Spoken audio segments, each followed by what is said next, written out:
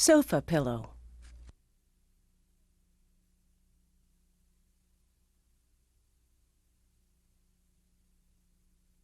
Step 1. For this fly, we're going to use a 2X long curved straight eye nymph hook and some tan monocord. Again, we're going to use monocord just because it's a little bit stronger thread, and we're going to be using elk fur, so securely cover the base right up to the hook point as far as you want to go. Step 2. Now we're going to use some good quality elk fur with some nice clean tips, nothing too broken. Clean out the underfur. This elk should stack nice and easy, being a slippery hair.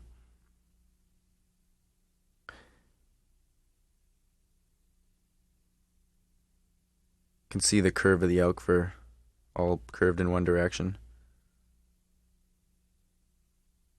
Measure the tail to be about the distance, maybe slightly longer than the hook gap.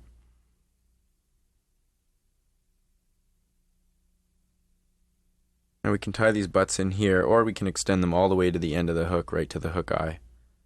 So I have to ask you, the cut there, you measure the gap for the tail, but you leave about 1/4 of an inch for the For this tie-down? we did, yeah. Or you could, again, leave it the whole length of the hook shank, which does help give you a little bit of a neater body.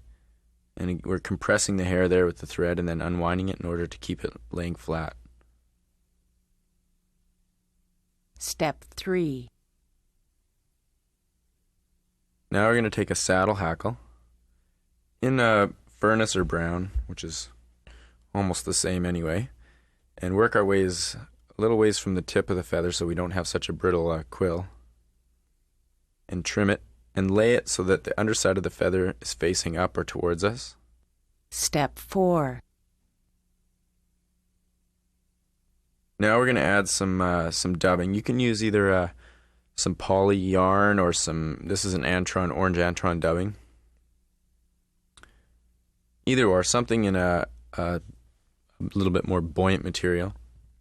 This looks a little different handling than the superfine dubbing. Is it harder to hold on the thread? It's a little bit looser dubbing. It's not quite, doesn't dub quite as tight as superfine.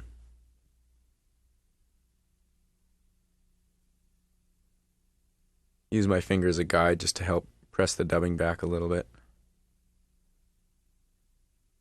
I'm also pushing down on the dubbing every turn with my finger, and that helps tighten it up a little bit. Step 5. Now we're going to take and wrap our hackle forward. And it wouldn't hurt here to have a bit of wire as a reinforcement for a ribbing, although it's not absolutely necessary. And you'll probably get 5 to 6 wraps of palmered hackle down the body on this.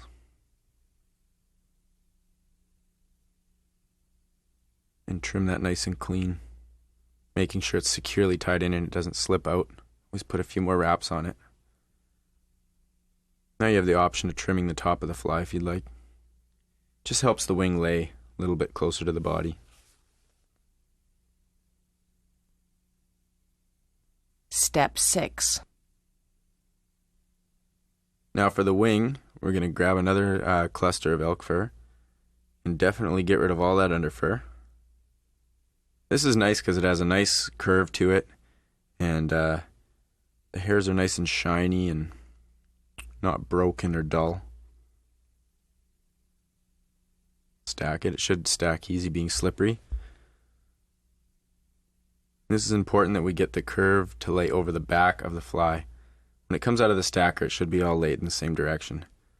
I noticed that you didn't play with it much before you put it in the stacker. That tends to keep it going in the same kind of arc. As long as you tap the stacker on its side, it should lay in about all in the same direction.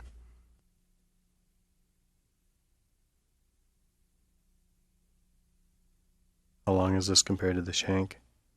You're going to see the tips of the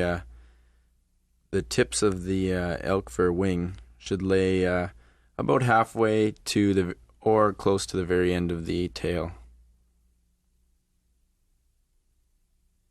Halfway.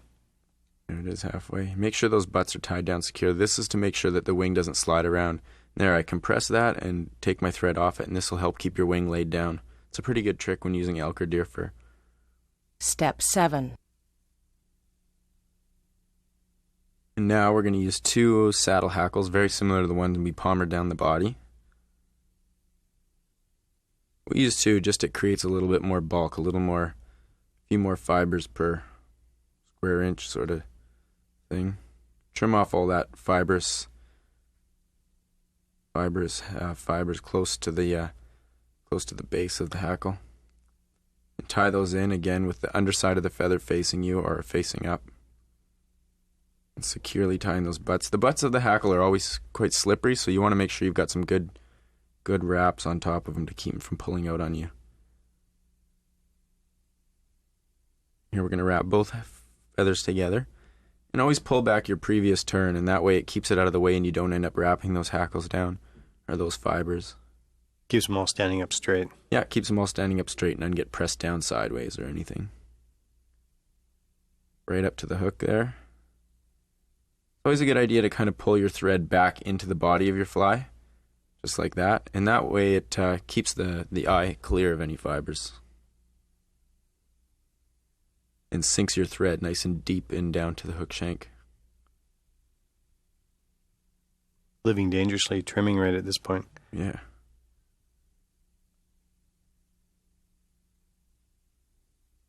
And whip finish. Keep the eye clean. There you have it. That's pretty much the done fly. A really good high buoyancy stonefly.